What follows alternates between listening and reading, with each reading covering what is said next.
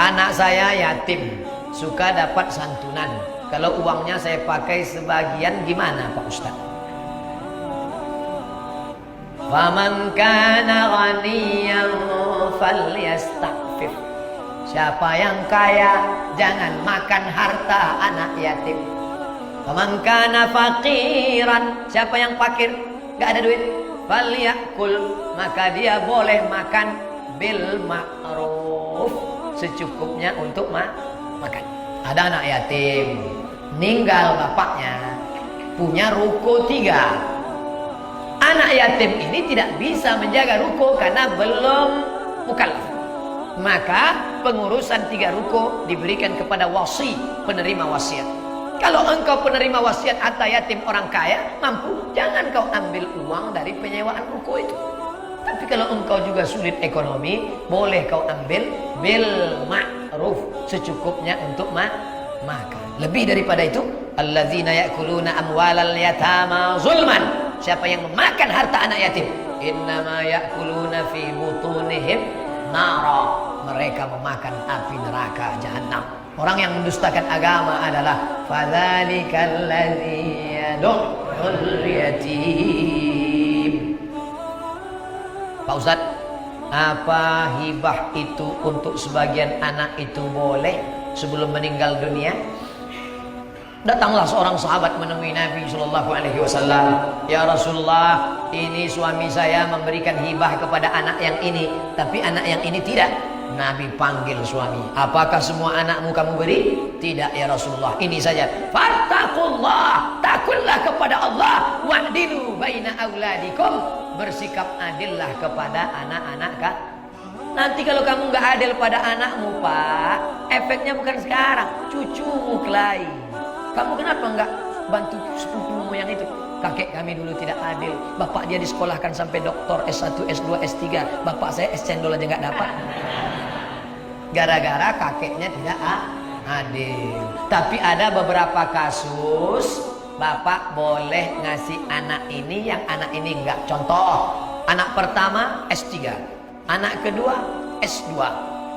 Anak pertama S3, doktor. Anak kedua master. Tiba-tiba lama nggak punya anak, tiba-tiba lahir anak kecil masih SMP kelas 1. Bapak sudah tua, maka bapak khawatir.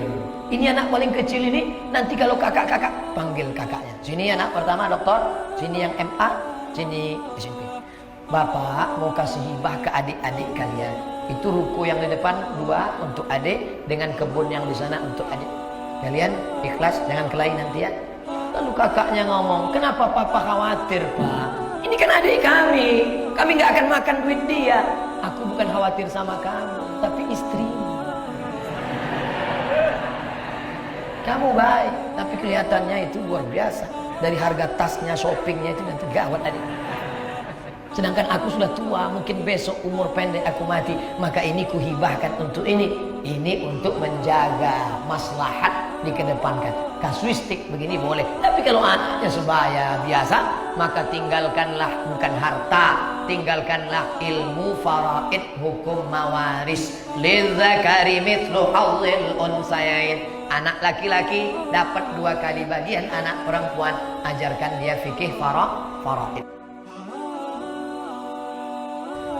Allah Subhanahu wa taala menyebutkan dalam surah An-Nisa ayat 10, dan ini yang diangkat dalil pertama oleh Imam Adz-Dzahabi rahimahullah dalam buku beliau Al-Kabair, masalah memakan harta anak yatim secara zalim. A'udzubillahi minasyaitonir rajim. Innal ladzina ya'kuluna amwalal yatama dzulman innama ya'kuluna fi butunihim nara wa sayaslawna sa'ira. Sesungguhnya orang-orang yang memakan harta anak yatim secara zalim, sebenarnya mereka itu menelan api sepenuh perutnya, dan mereka akan masuk ke dalam api yang menyala-nyala pada hari kiamat. Kata sebagian ulama tafsir, dan ini jumhur tafsir memilih pendapat ini sebenarnya, di dunia orang-orang yang memakan harta haram atau harta anak yatim akan dipenuhi tubuhnya dengan penyakit-penyakit. Yang penyakit itu umumnya berhubungan dengan masalah panas, seperti panasnya api.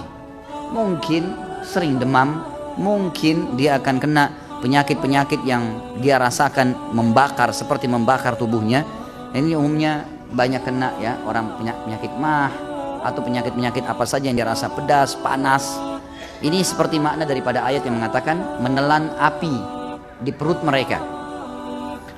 Kemudian mereka mengatakan, dan di akhirat orang-orang ini akan dimasukkan ke dalam api neraka yang menyala-nyala, dan sesuai juga dengan banyak sabda Nabi SAW yang menjelaskan tentang siksaan di api neraka. Ada firman Allah yang berbunyi, wahum fiha kalihun, dan penghuni neraka itu akan cacat di dalam neraka mereka cacat. Kata Nabi SAW dalam menafsirkan makna ayat ini, wahum fiha kalihun, kata Nabi SAW, nanti hari kiamat akan ada orang-orang masuk dalam api neraka, dan mereka akan dituangkan di atas kepalanya air yang sangat mendidih dan panas, sampai membuat kulitnya melepuh, dan membuat bibirnya, kedua bibirnya, bibir bagian atasnya melepuh, sampai bibirnya itu membesar dan menutupi setengah kepalanya bagian atas, dan bagian bawah bibirnya naudzubillah melepuh sampai jatuh dan bergantung ke pusarnya. Dan ini sebagian ulama mengatakan bisa masuk dalam makna ayat termasuk orang yang disiksa dengan memakan harta anak yatim, karena Allah Subhanahu wa taala mengatakan dalam surah An-Nisa ayat 10 ini, sesungguhnya orang-orang yang memakan harta anak yatim secara zalim, sebenarnya mereka telah menelan api sepenuh perutnya. Ini tadi makna yang saya katakan di dunia, dan mereka akan masuk ke dalam api yang menyala-nyala nanti di akhirat, di neraka. Makna yang lain juga ditambahkan oleh para ulama, bahwasanya mereka akan disiksa oleh Allah Subhanahu wa taala di akhirat dengan cara Allah masukkan api ke dalam perutnya, dan api itu akan menyala sehingga membakar seluruh yang ada dalam tubuhnya dari dalam. Dan ini makna sejalan dengan ayat juga surah An-Nisa ayat 10 tadi, sesungguhnya yang mereka makan di perut mereka adalah api yang menyala di perutnya, gitu kan. Jadi ini semua makna-makna tafsir daripada ayat tadi. Intinya orang yang memakan harta anak yatim adalah memakan harta sesuatu yang haram, dan sudah cukup untuk mendatangkan azab Allah Subhanahu wa taala. Bukankah ada hadis Bukhari yang berbunyi, lahmun nabata bin suhtin an-naru aula bihi. Daging yang tumbuh dari hal-hal yang haram, maka neraka lebih pantas baginya, sebagaimana Nabi SAW sudah sabdakan. Ada anak yatim yang kaya, ya, paman yang lihat, saudaranya meninggal, meninggalkan anak, dan dia punya uang banyak, punya anak laki, habis pamannya nggak dapat warisan, maka dia pura-pura ngurusin hartanya anak yatim keponakannya, padahal niatnya makan harta anak yatim. Kata Allah, innal ladzina ya'kuluna amwalal yatama zulman innama ya'kuluna fi butunihim nara wa sayaslawna sa'ira. Sesungguhnya orang-orang yang makan harta anak yatim dengan cara yang zalim, yang mereka makan sejatinya adalah api, dan kelak mereka akan masuk ke dalam api.